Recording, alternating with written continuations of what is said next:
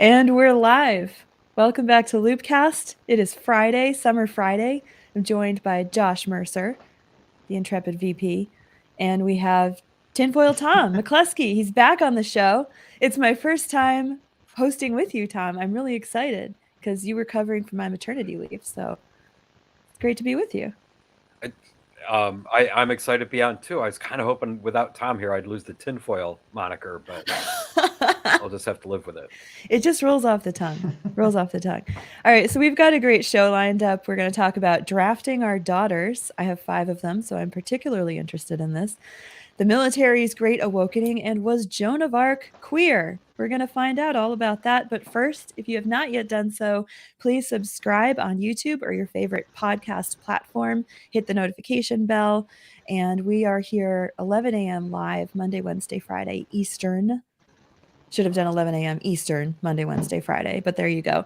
And I've been instructed to let you know we have a sticker. Today is the vigil of the Feast of St. Thomas More, one of my all-time favorites, CatholicVote patron. And tomorrow, when you click into your weekend loop, you will have a discount, a 22% discount. Get it? For June 22nd on your Thomas More sticker. There is nothing like a little Hans Holbein to make your water bottle look absolutely bussin', as the kids would say. So check that out. Pogo will be back on Monday. So if you want to leave him a note of how much you missed him, or if Tom should replace Tom indefinitely, go to loopcast@catholicvote.org. Send him an email. We love to hear from you. But let's dig into it. It's kind of a dark show today. First, some good news, though. The 10 Commandments are back in a public setting. Louisiana Governor Jeff Landry signed House Bill 71, requiring every public classroom in the state to display the 10 Commandments. So we previewed this as a possibility a few weeks ago, and it happened. And the left is losing its mind. I think David French, he hit an all-time low. I want to pull up David French's reaction here. He says, Christians against the Bible for that's $100, right. Alex. Yeah. Thou shalt not post the 10 Commandments in the classroom by David French. And we had Sean Davis said, Drag Queen Story Hour is a blessing of liberty, but the 10 Commandments are a big no-no for David French. It's like, absolutely. And then we had Always a Joy Reid. She was explaining to us why propaganda has no place in the American public square. We could roll that. Yeah, and it is ironic. These are the same people who will make the argument that the pride flag in a classroom is indoctrination, that they don't think the 10 Commandments is indoctrination. I see some irony there.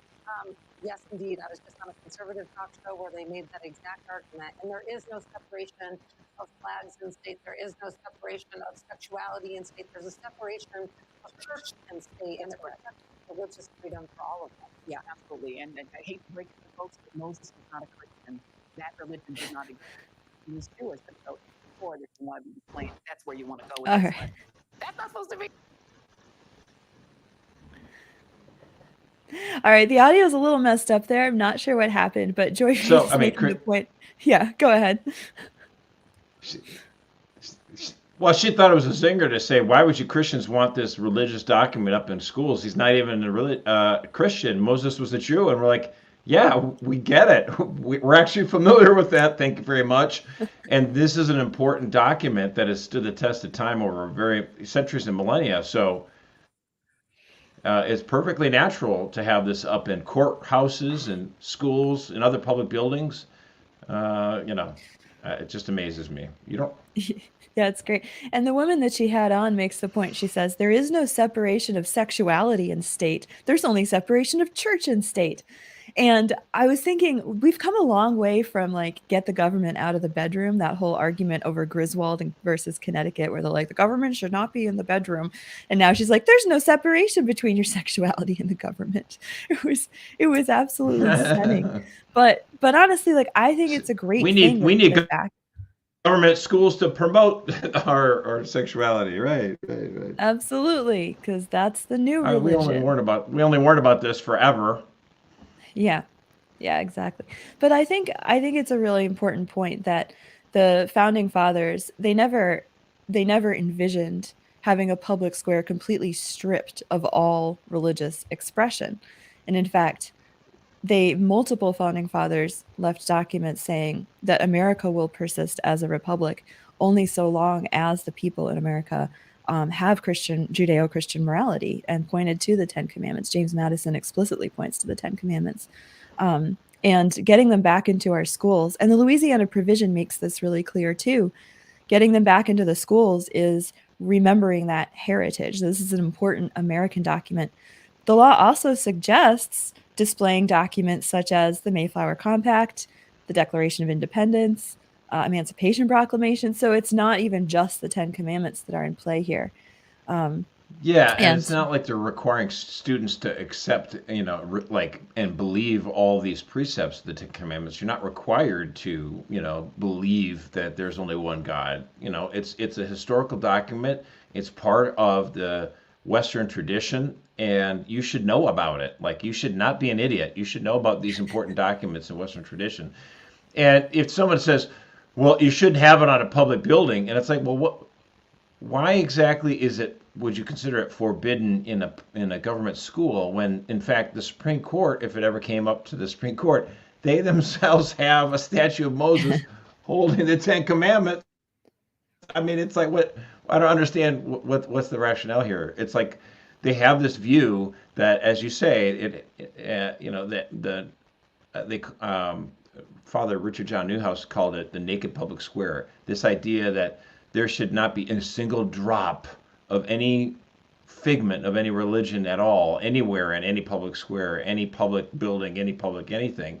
And that is absolutely alien to the founding of our country and to, the country that we formed, that was formed 200 years ago. So we've existed in this like crazy secular, hyper-secular period where the Supreme Court had promoted this false notion that you couldn't have any religion at all, any in public buildings or anything like that. And it started with getting rid of prayer in public schools.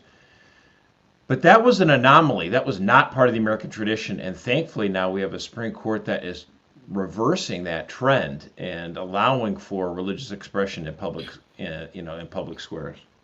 Yeah. Well, here's to more of that. Yeah, and it's amazing too when you look at someone like Joy Reid or the left. They're more than happy to put the rainbow flag in there, and she makes this point. She made this point in that clip that conservatives are such hypocrites because they don't want the rainbow flag in the classroom, but they do want the Ten Commandments in the classroom. And you're like, it's just this magical thinking that nothing existed before the 1970s, and that you can just rewrite history. Again, like the Ten Commandments are the historical founding of the idea of a natural law of rights not dependent on a state or a government giving them to you. The Judeo-Christian tradition is that. And the pride flag is its own religion. It's its own propaganda, its own magical thinking. Very much so. And we've talked about that before. But here's to Louisiana, huh? I'm good. I'm good. We have a couple of coworkers in Louisiana, so shout out to the Cajuns. Is that what Louisianians are called? All right. Yeah. Moving on. Yeah, that's right. Yeah, those Cajuns.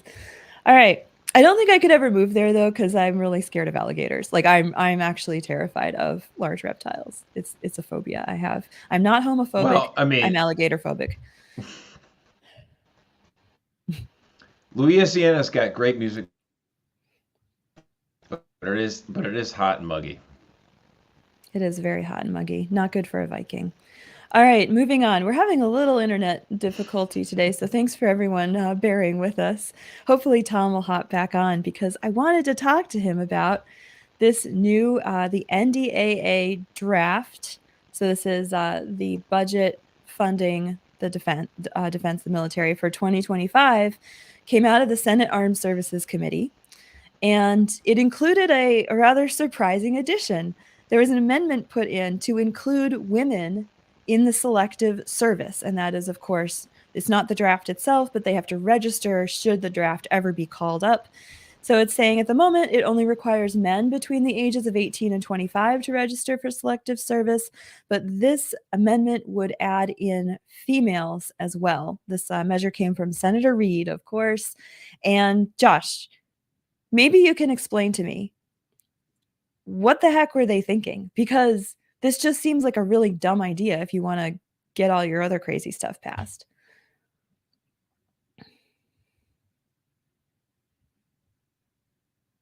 Oh man, we've lost Josh now too. He has no sound. Am I alone in Loopcast land? Let's try and fix your mic. All right, hang on, guys.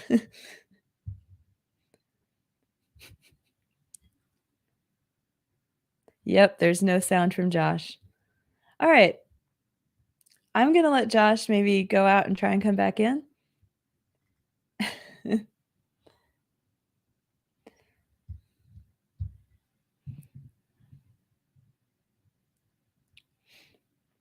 All right, while we play around with that, it's just me. So I'm going to talk to you about the history of the draft.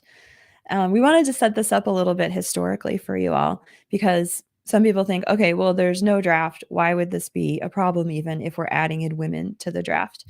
Well, the first peacetime draft in U.S. history was 1940, and that was ahead of the Pearl Harbor attack. And that draft lasted until 1973, when the selective service system was maintained, and now it's maintained in the standby status that they're wanting to add women to at this point.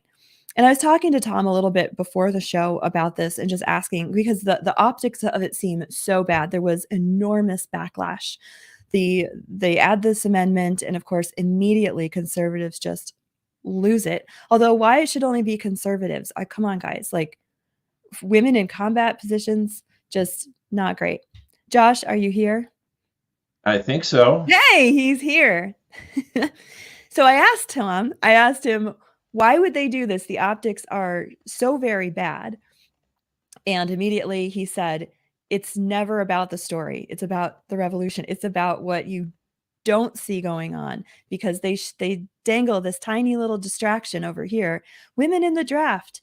And he says, what happens is the Republicans are like, oh my gosh, we need to fight this. And they miss sneaking in all of the abortion funding, the trans surgery funding, the extreme wokeism that is also in the NDAA. So I don't know if you have thoughts on that. Is this draft move just a distraction to try and sneak in other stuff? And how should conservatives respond? I don't doubt what Tom's trying to say with that. I think that's true. I mean, like, they go for the flashy ball over here about women in the military being drafted, and ultimately the left doesn't. They'll be just fine if they don't get that, but they want that other stuff. So Tom is right on that principal point. The other thing I would say, though, is they still will try to get this passed because they don't want any change. They don't want anything in law that would suggest that there's any differences between men and women, because they think gender's also super fluid and there's no, men and women and all the different genders that there are all the same. And so they can't have this concept in law that there would be a unique status that, okay, if you're going to have a military, you need your men to fight. And they are absolutely opposed to that because they believe in a radical gender ideology. So they are still at war with that principle. Like, do they even care? I mean, ultimately, like, it's not like they're going to be a draft anytime soon. Well, maybe there will be. I mean, we've been poking the Russian bear with Ukraine a lot, so I suppose it's possible. So it's not for nothing. But I would always just make the point that any country that would draft, that wouldn't be able to get enough men to volunteer to fight to defend, is not worth defending. If you need to rely on your women, your daughters, to fight your wars, maybe you should really look in the mirror and see whether or not you should exist as a country anymore. Yeah, I mean, the question of military readiness is very concerning. I was looking up some of the numbers. The Heritage Foundation has an index that they put out every year of military readiness, and it's not great. So for the last 3 years, the Army has missed its recruiting goal by 25%. I mean, that's a big number when you're talking about sort of all these active proxy wars that we have going on around the world. The numbers also say the Army has less right now. The Army has less than 2/3 of the forces in its active component that it would need to handle more than one major regional conflict. So if we were ever to be in an active military state in, say, Eastern Europe, Taiwan, or the Middle East, we basically would have to pick one, because we don't have the forces ready at this point. Our Navy is not doing great either. By 2037, it will only have 280 ships, which is smaller, well below the 400 that would be needed to meet operational demands. And then you ask, well, why is all this? And again, I went to the Heritage Foundation to dig into it a little bit. It turns out 65% of active duty servicemen and women are concerned about politicization, including woke training programs and equity-minded reduced physical fitness standards. So they bring in women, and they bring in people who have no interest in physical fitness, and they're like, well, how will we solve this problem? Oh, we'll lower the standards for our fighting forces. Yay! It's just civilizational suicide to me, right? Like, am I wrong? Am I being dark here? I don't know. But Tom was saying too, so much of a volunteer military force is reliant upon legacy volunteers. So that's the children of men who have fought, and their children and their children. And Tom said, in his job, speaking to people around Washington who have been in the military, they actively are discouraging their kids from going in, especially waiting to see what will happen with this election. They're like, wait and see who your commander in chief's going to be, because right now you're not going into the military. And that alone is a real red flag for where we are as a country. Yeah. So dark times. All right. No, it's the case. I mean, the military has unfortunately been, it's become an ideological laboratory from people in the Biden administration. And so my heart breaks for those people who have given their lives, their careers to defending our nation, and then now they're having to do all this other stuff and being mocked. Like these. Why would you do a drag queen story hour at a military base if only just to, really thumb your nose at the people who love their country so much, love their faith, and love everything America stands for, and you bring that kind of garbage and that vile trash. I think it's just despicable. Yeah, there is one of the courses for West Point on the syllabus for the course. It was like Americanism historically, and the syllabus was broken on Twitter. Someone got a hold of it and published it. It was like just basically an entire semester on why America has been evil, all of the faults and sins of America, and like, yeah, we should have a historically realist vision of America's history, but to be reframing everything America's ever done in terms of racism, in terms of hatred and bigotry, to our military, like to our top brass military at West Point. Again, it just seems like civilizational suicide. It's a reminder that the far left will hollow out your traditions and wear its skin like a trophy. Mm-hmm. Yep. It's on purpose.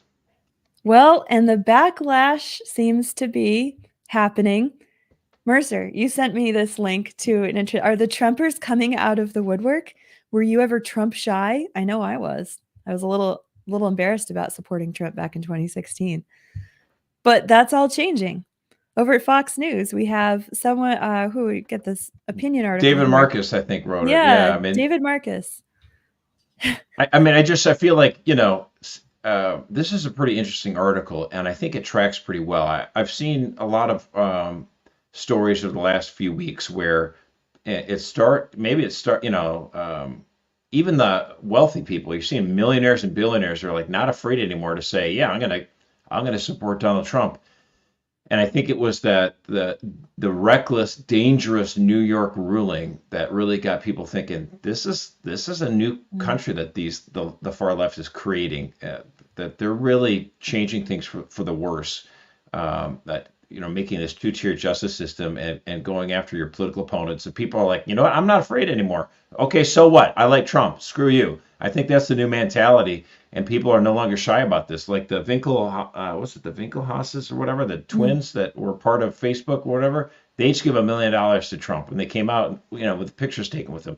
They don't care anymore. It's like people are like, we're going to stand up for what we believe is right. So this is what David said, saying one plans to vote for Trump is no longer associated with being part of an angry fringe movement, but just a simple recognition that things were better when he was in office. And it was. Yeah.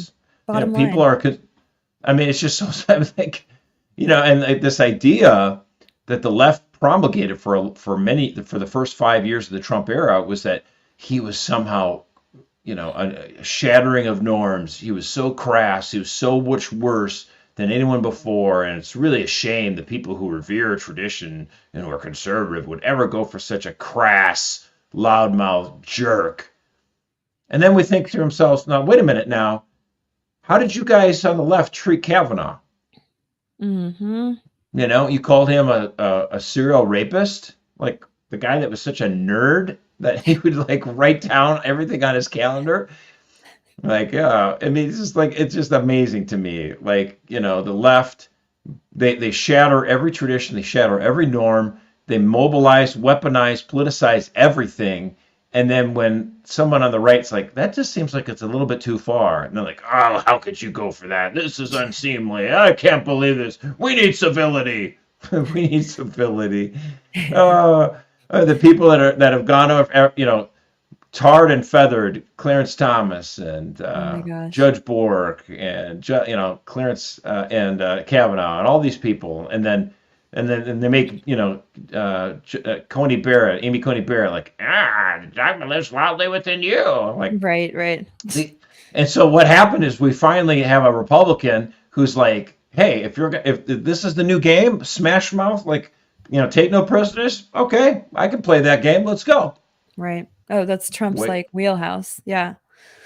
Yeah. And it seems like the Biden campaign is putting all of their eggs in this like threat to democracy basket and abortion, of course. And there's no other message. Like I was kind of digging around headlines trying to find other messages coming out of the campaign.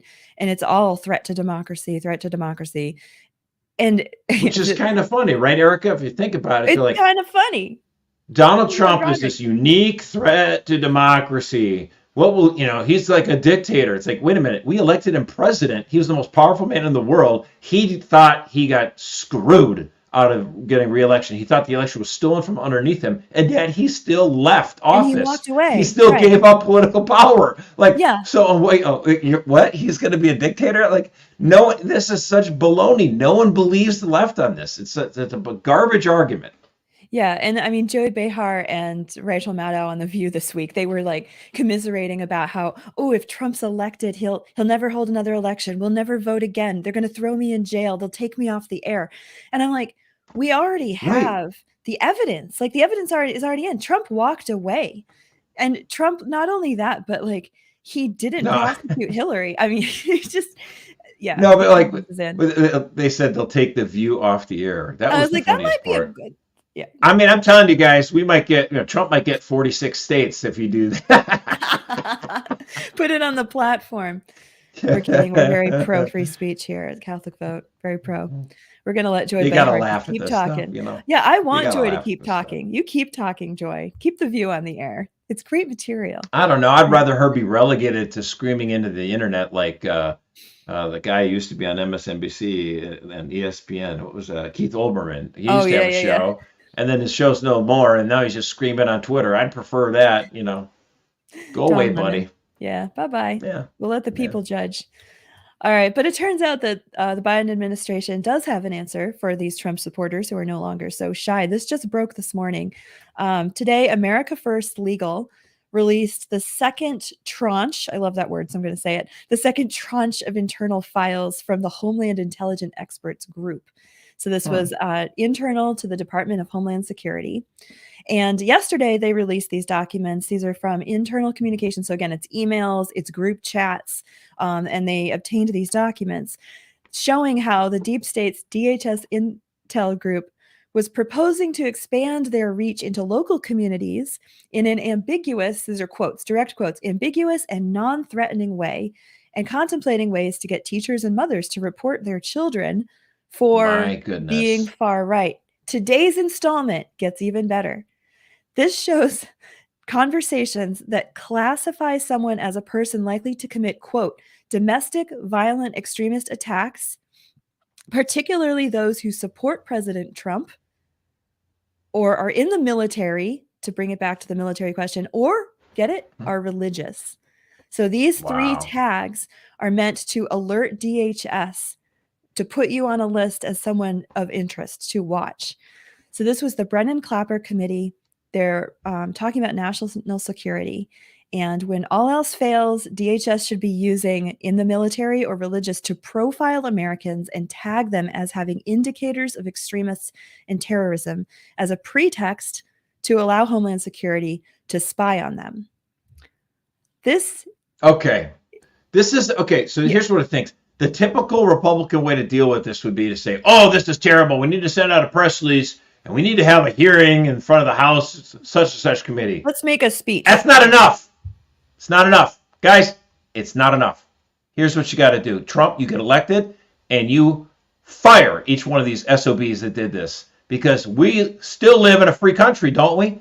So get rid of these bureaucrats who are saying, we need to flag Americans who are religious or who support a political candidate as somehow, reckless, dangerous, scandal, as if they're going to promote attacks, like they're a vigilante extremist. Like, give me a break. Like, honestly, at this point, we need a wholesale firing of several agencies. Like, gut them all, start over. Start from scratch. This is, it's horrible. Someone was saying in the chat, they're like, this is unbelievable. This must just be like a small little committee stuck away at DHS. They just need to get fired. But this is the same language that we saw with that FBI Richmond memo, which turns out wasn't just Richmond, but was actually around multiple FBI centers in the country, tagging traditionalist Catholics as potential threats to democracy, fill in the blank, what have you, the Biden administration really writ large. So this is not an isolated incident. This is how the Biden administration operates. And if you were going to sit on your hands and not vote because you think your vote doesn't matter, this is exactly why we have to turn out the vote this election, this November. Remember, Vivek Ramaswamy was saying that the next president should fire half the workforce, and he suggested to honestly do something that sounds arbitrary. It sounds random, but fire everyone whose social security number ends in an even number, I think it was, and that way you eliminate half the workforce. You're like, well, that's very arbitrary. That's very random. That seems kind of stupid. Like, why wouldn't you fire people who are incompetent or whatever? It's precisely because the federal government's rules on firing people are so Byzantine, they're so crazy that you really have to say it's random. We're not targeting anybody. We just need to reduce it by 50%. But that would do wonders. It was funny when Elon Musk took over Twitter, he fired 70 to 80% of the employees there, and it never ran more smoothly. I mean, it was like there was no loss of interruption in service. You're like, this is great, and you actually have free speech again. This is amazing. What the hell were all these other people doing that were working at Twitter?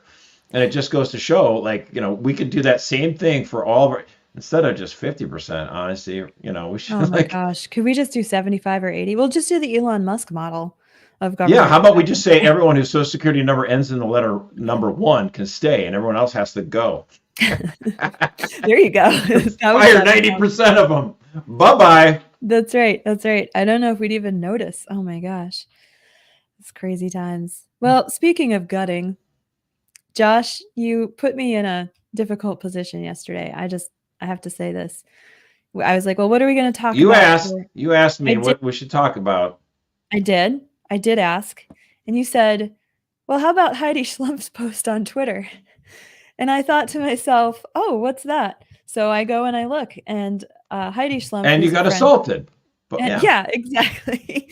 And this, so she posted this webinar that she had attended from futurechurch.org. And it was entitled Queer Saints and Ancestors. And I thought, Mm. and Heidi Schlumpf was upset because when she posted this on Twitter and thanked the Miss Flores, who was the queer woman who self-identified queer woman who gave this webinar, she thanked her for bringing to the attention the oppressed Catholics all over the world who are identify as queer. And she got a lot of blowback on Twitter because people were like, this Not a is shock. abominable, not a shock.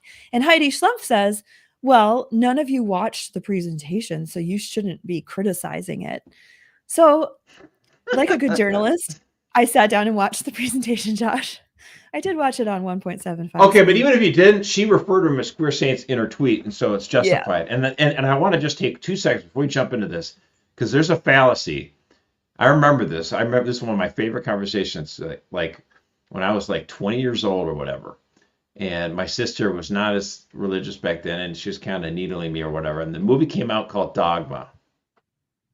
Kevin Smith put it out, and it's just this movie making fun of religion and all that stuff. And Hannah's like, oh, are you going to see it? You know, she's kind of needling me. Are you going to go see the movie? And I'm like, no.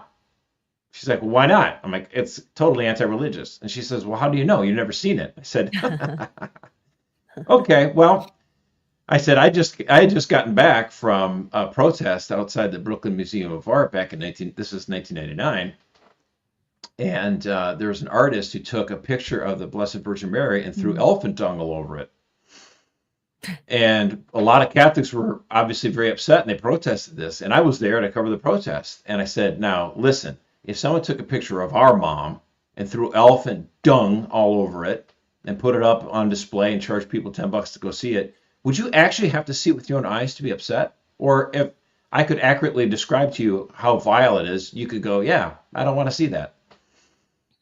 And my mom kind of shook her head, kind of like nodding in agreement, like, you don't actually have to see something to know it's objectionable. You don't have to watch a porno film to say, this is gross. That's right. Yeah, I don't need to see what won the Oscar this year, Poor Things, to know that I shouldn't watch Poor Things because it's soft porn. So anyway, a quick warning to anyone out there who's thinking about it. Don't watch that movie. I don't need to see it myself. Okay, so, but I watched it. I did watch Queer Saints and Ancestors. I turned it off when they started the ritual at the end of the presentation because I felt a little strange being on a pagan ritual. And I thought, I've seen enough at this point. Because you're Catholic and you don't want to be exposed to the garbage. Yeah. I get it. And so I'm going to give you just a little summary here because it's going to lead into our discussion of the traditional Latin Mass and what's coming out of the Vatican. And it's really important to understand, when Pius, I think it's Pius XII, talked about the smoke of Satan entering the church. I'm not saying that these people are Satan, but the smoke of Satan was this Marxist ideology that has totally captured outlets like the National Catholic Reporter. So this is what Ms. Tang shared with us. She's going to talk about queer saints and ancestors because as a Christian, she wants to claim the saints as partners in the struggle against oppression. So she totally redefined from the get-go what a saint is, not someone who's totally given their life to God and is in full communion now in heaven with our Lord at the beatific vision.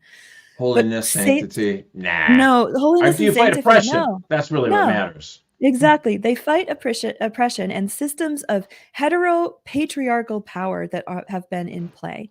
And the queer saints are part of the long and subversive history of queer Christians reclaiming saints. And she talks repeatedly about reimagining history, retrieving from history. And she says it point blank. This is just like the Stonewall riot video we talked about a couple weeks ago, Josh. Point blank. It doesn't have to have been real. All of these saints that she's about to say were queer and homo, and she's like, it doesn't have to be real.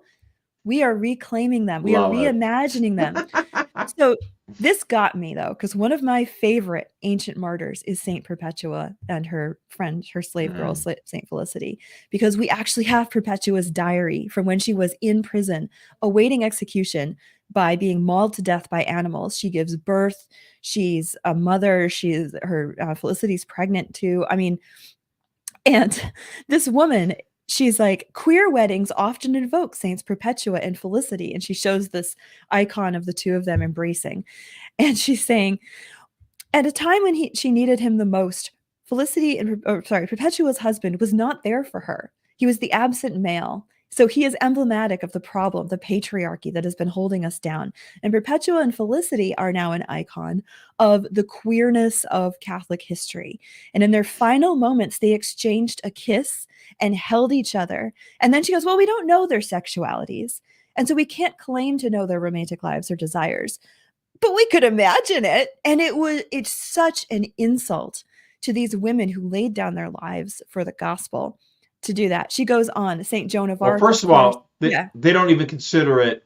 They consider, of course, any form of sexuality to be equal. None of them disordered at all. And so, like, of course, what they don't understand. I mean, maybe they do understand this and they're doing it on purpose. Like, the whole point is, like, to say, if someone said to like my grandparents, oh, he was actually, a closet gay. It's like, dude, you're insulting my family by saying someone I love was secretly engaged in disordered sexuality, which is Right. immoral. And that's the problem here. It's like these two are saints, and you're trying to, but they don't think of it as, they don't think sexual relations between two women are immoral. They don't think sexual relations between two men are immoral. And they're intentionally using our religious imagery and shoving it right in our faces. And it's just so profane. Yeah, and it's this Marxist drive to rewrite history, and to that, this revisionist history is a term that's been thrown around a lot for us, but they're doing it, and they're saying they're doing it. Like she's literally saying, I'm rewriting the story of Perpetua and Felicity to include the possibility of gay sex, basically, because this is what I have to do to force my vision. And to me, again, it's we talk about pride as the worst sin, and that is the ultimate prideful stance towards history. When we study history, and this comes up a lot, where we say those who don't know history are doomed to repeat it, right? That comes out with the Holocaust discussions a lot.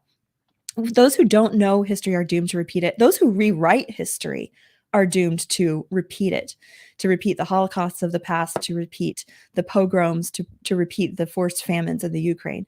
Because when you have this prideful stance towards historical figures, toward the truth, and you think, I can just rewrite it, you lose touch with it. And the lessons I understand what you're saying, though, but like, to me, it's one thing to do a little bit of rewriting history, okay? But I feel like this is several steps beyond just rewriting history, because rewriting history sometimes is important. Sometimes it actually has to be done. Like, hey, we didn't get this right the first time. Let's understand better how, for example, that's our complicated history. You have new evidence, and you have to rewrite your history books. Yeah. Or you're just re-examining, potential biases or something like that. And that's kind of that's what they're invoking. Like, oh, we were so homophobic and so, racist or whatever, and that we didn't understand and these experiences of all these different holy men and women from all time, all these saints. Let's review them through the eyes of LGBTQ, whatever, alphabet stuff. But the problem is that's not really what they're doing. It's not just like a simple rewrite. I have to give credit to my favorite gadfly. I mean this affectionately, John Zemerick. He's like, this is a different level. He didn't comment on this specifically, okay? But I'm just going back to a column he wrote about a year or two ago. He talks about it, and I think he's right. It's actually arson. These people are arsonists. They are burning things down. We have built up our history, our traditions, these saints that we're revering, and the left isn't just saying, well, are we sure we got that right? They're torching that. They are burning it down. And the woke left stokes ethnic division, sexual confusion, family breakup, and other social problems. Then it trots out its experts and activists, diversity officers, federal bureaucrats, and rainbow-stoled clergy. They alone can put out the fire, as long as we're willing to pay either the $250,000 speaker fees of hucksters like Robin DiAngelo, or in the libraries the states will seize from us in the name of equity, liberties. I mean, so again, this is one of those things where it's like an arson. It really does feel we're talking about not just a rewrite, but an arson. These people are setting ablaze the Catholic traditions that we have, the heroes we revere. They are torching this legacy, and that's why we need to call them out, because they're not just like, oh, they're putting kind of a wacky idea out. This is poisonous. These are vile people that are doing, significant harm to the body of faith, and they are wounding Jesus. This is horrible stuff. Yeah, and I think that segues really well into our other Church Corner story today. There's Phil Lawler is reporting over at Catholic Culture. There are sources saying a new Vatican document is coming. It will regard the celebration of the traditional Latin Mass, and that there are many informants, sources coming towards him, that the document will have tighter restrictions coming to the TLM, perhaps along the lines of limiting celebration of the TLM to the priestly fraternity of St. Peter and the Institute of Christ the King, etc. So, right. The previous document said, diocesan clergy could never celebrate the Latin Mass at a time that could be publicized. So you could do it in a spot, not in a normal place, kind of in a shoebox or in a corner closet. But now it seems like this new document, if it comes down, it's still not for certain, but there's a lot of rumors. There must be some document kicking around, the clergy inside the Vatican would say now it would no diocesan priest would be able to celebrate the traditional Latin Mass if this new document, which we were hearing about, gets implemented.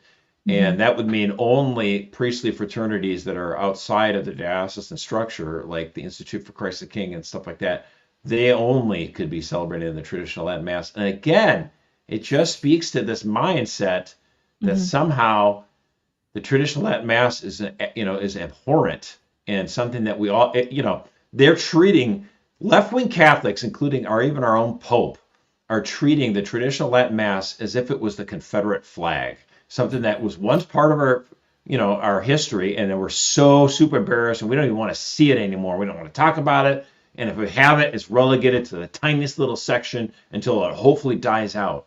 Yeah. Why on earth? Right. And the gloves really came off this week. In the wake of this news, we also got this really very interesting interview with an Italian liturgist named Andrea Grillo.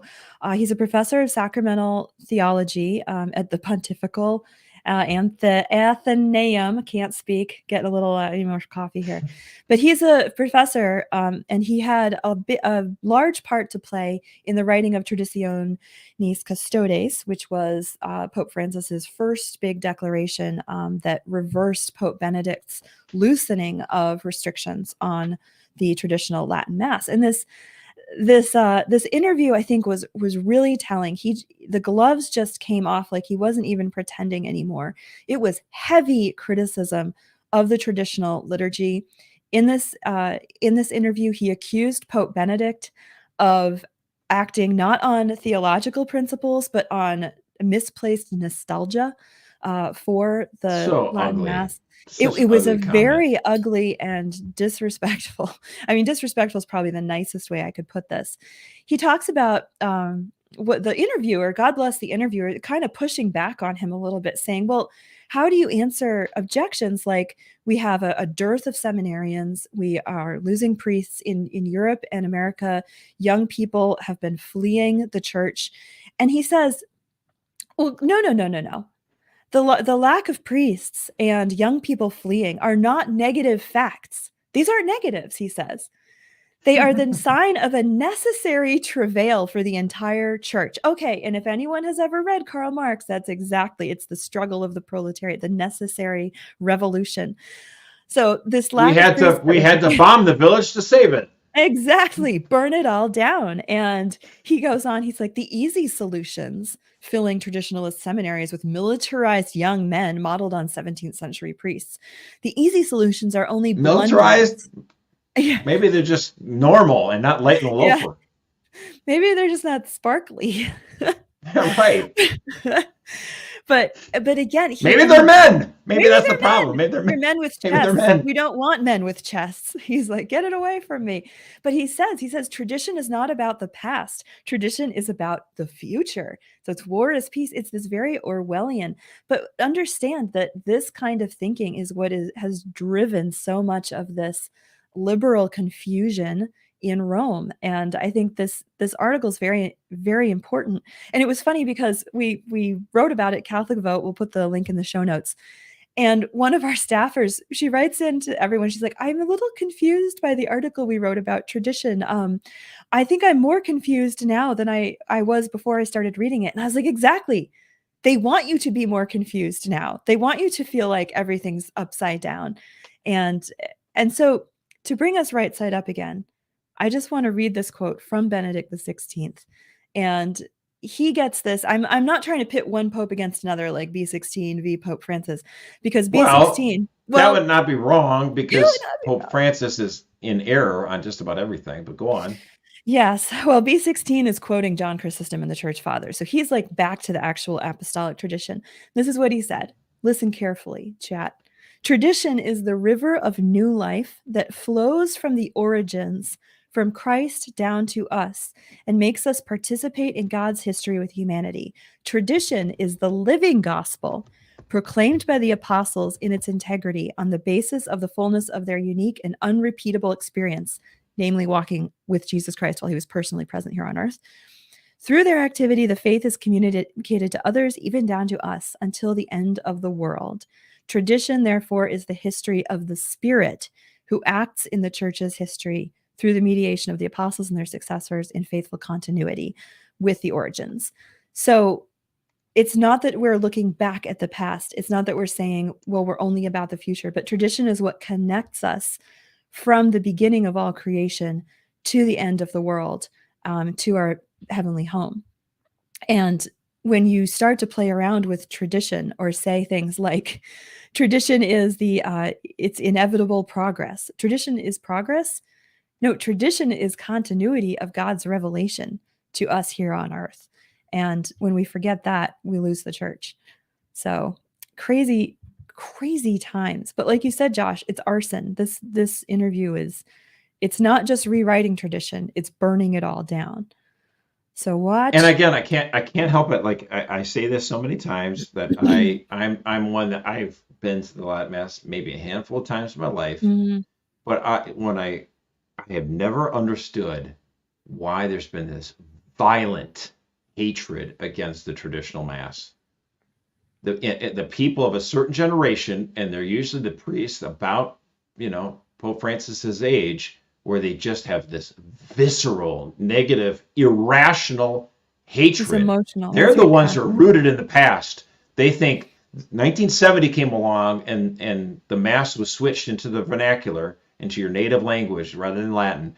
And they're like, thanks be to God, we're done with that now. And they're stuck in 1970. And like if someone comes along who's like, you know what, I think I like the reverence of this traditional Latin Mass a little bit better, and it's just kind of neat. They look at you with scold and vitriol and venom, and these 70, 80-year-old cranks spit this venom at 20-year-olds who are like, I don't know, going to Latin Mass is kind of interesting. It feels transcendental. And it's so weird to have a church that is so deep in tradition be so against a tradition of their own that has been around for well over 1,500 years. Like, why would you have such a negative reaction to something like this? It's just absolutely bizarre. Yeah, and it's foreign and it's ugly, and I can't wait for it to be gone. What I mean? Yeah, yeah. It'll be good. I'm sure we'll have our other struggles will come up, but it will be nice when we can just enjoy the tradition again. Oh my goodness. That moves us into the Twilight Zone. Josh. Well, we had a lot of negative things going on, so I thought I'd come up with something a little bit more positive. I put it here in the notes. I got an epic dad moment. Let's see. Can you roll that one there, Simon? I thought this was kind of a neat little thing at the ballpark in Cincinnati that happened here. Oh, I love a good ballpark in June. That's right. And a souvenir. Look at the dad. Catches the baseball. There's a baby strapped to him. He got it. While he's feeding the baby. Dad boss. That kid's gonna have that baseball in his room for the or her room, whatever, for the rest of his life. It's the best. That is awesome. Dad. Dad's That's winning. a pretty cool moment. I love it, dude. That's awesome. I love good dads. That's awesome. That's a 10 out of 10 dad right there. Let me tell you 10 what. out of 10. That's So I awesome. thought that was kind of neat, just a little fun little thing real quick. But then also, former Secretary of State Condoleezza Rice gave a speech over at the Reagan Foundation. This was a little bit earlier this month, but I just saw this and I just wanted to share it with everyone. Here she is, this black woman from the South, I believe, and she, experienced a lot of the, racism, and she's dealt with a lot in her life, and she became one of the most powerful and successful women. I don't agree with her on everything in foreign policy, but and she's pro-abortion, so I don't like that. But in general, I have a lot of mad respect for this woman who's climbed up and done a lot of great things, okay? And so she's given a talk at the Reagan Foundation, and she's calling out these rich liberal politicians who block school choice. Let's roll the tape.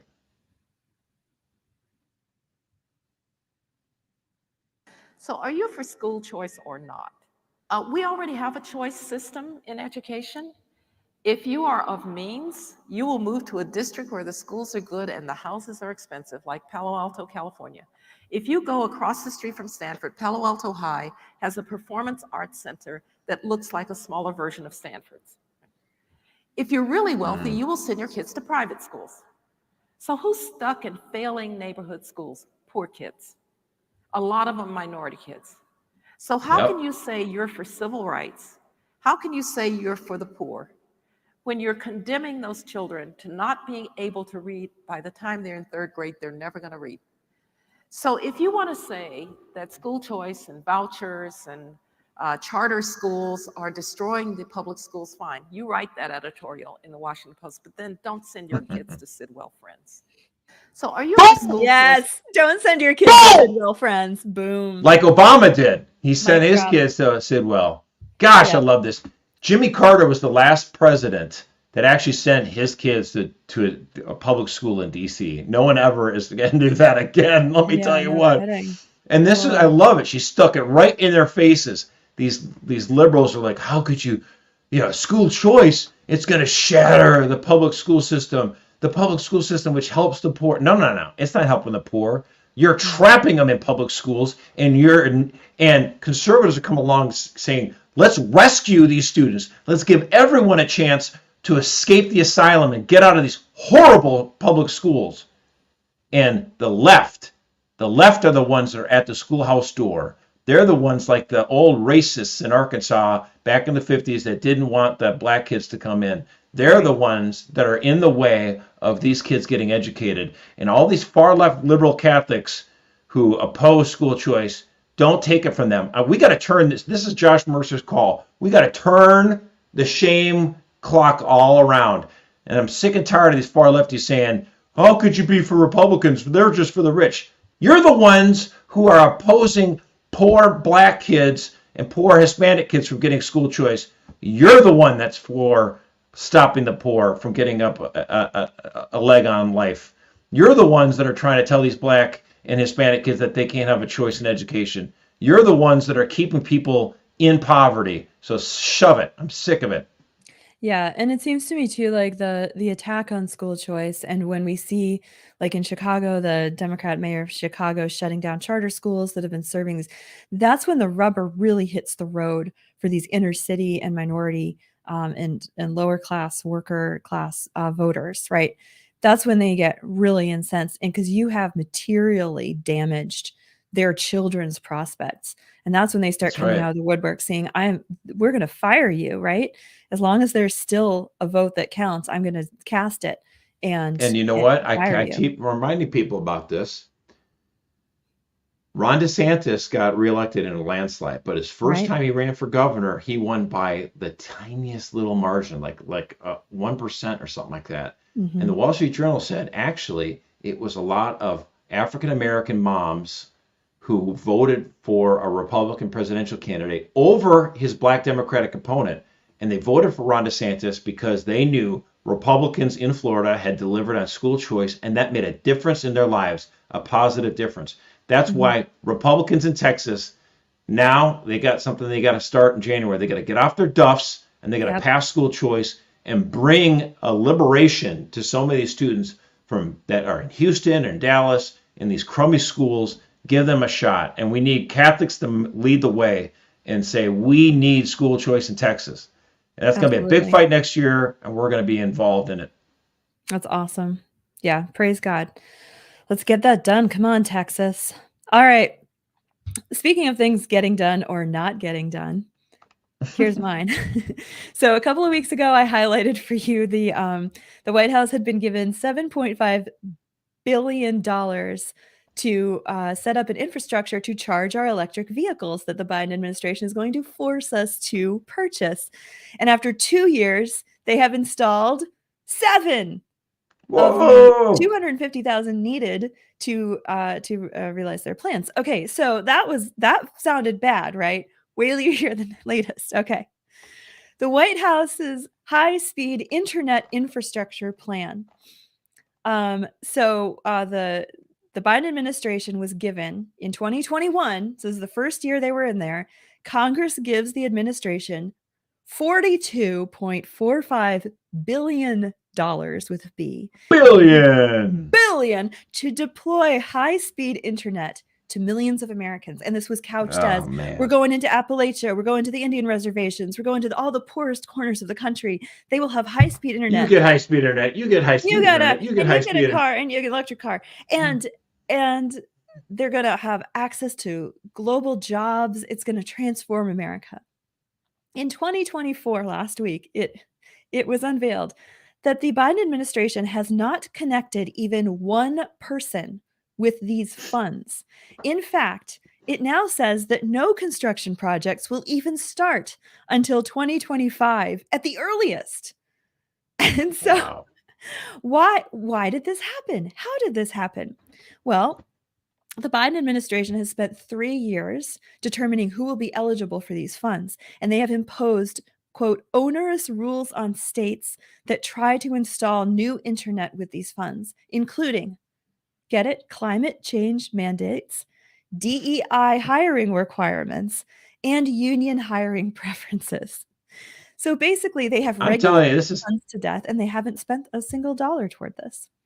This is end of empire stuff. That's what remember what Pogo said before, like when the leader of El Salvador was ragging on us that we once built the Empire State Building like in a year, but now, we can't build monorail in California if we had 50 years to do it, And this is why, these people are imposing all these sorts of onerous regulations. They got to make sure it's like a handicapped black transvestite who owns the business that puts in the internet. It's like, give me a break. Like, just get the job done. Like, let's have a little bit more meritocracy. Like, are you the best person to get it done? Great, get it done. Let's go. And in fact, somebody made the point, if you really wanted to get high-speed internet to these areas, you could have just give them, what is Elon Musk's thing? He's got the Sky thing. Starlink. Give them, you could literally just give Starlink to several 100,000 people who don't have the internet and then be done with it. Exactly. Well, I was talking to Tom McCluskey about this before. I wish he was on, but he was saying how Elon Musk actually came to the Biden administration and said, 42 billion. He's like, give me 1 billion and I will get it all done. Like in no time. I'll just give him Starlink for $1 billion. And they said no. They said, of course, no, because they don't want to work with Elon. The purpose of the system is what it does. They don't care about getting internet to these people. They want to give this money to bureaucrats and to their plum businesses. It's all just a scheme. They actually don't care. They don't care. Just like, they haven't built, they built a quarter mile of the monorail or whatever the train in California. Yeah. The purpose of the system is what it does. Right. It's a scheme. It's a Ponzi scheme. It's to feather the nest of all their friends. They don't actually care about getting the job done. Unbelievable, right? I mean, yeah. And he was saying that, I was asking him, well, if Biden loses and these funds are tied up until at least 2025, what happens to our $42 billion if, Biden loses? And he said, that's what we're working for. We're trying to plan for if Trump is elected to get this money back. And then just give Elon Musk the $1 billion and get the job done. I was like, that sounds great. Let's vote for that. I could totally. So simple. Right. Oh, so simple, but so late stage Republic. Let's end it on that note, guys. I think I need some Friday fun. So let's sign off here. Thanks so much for watching. If you enjoy the show, if you enjoy Loopcast, please share us. Send us to all your friends, encourage them to subscribe, get the message out. We also would love a 5-star review if you feel so inclined. So please leave that on Apple Podcasts. Leave us a glowing review. We just love it. 5 stars? They're not going to give 5 stars until Pogo comes back. I Come on. know. Come back, Pogo. We missed you. And yes, thank you, Josh, for helping me keep the show going here in Pogo's absence. We need you. But it's been fun. I hope to see everybody on Monday. Let's say St. Fidelis, St. Thomas More, Our Lady of Guadalupe, pray for us. And we'll see you all next time.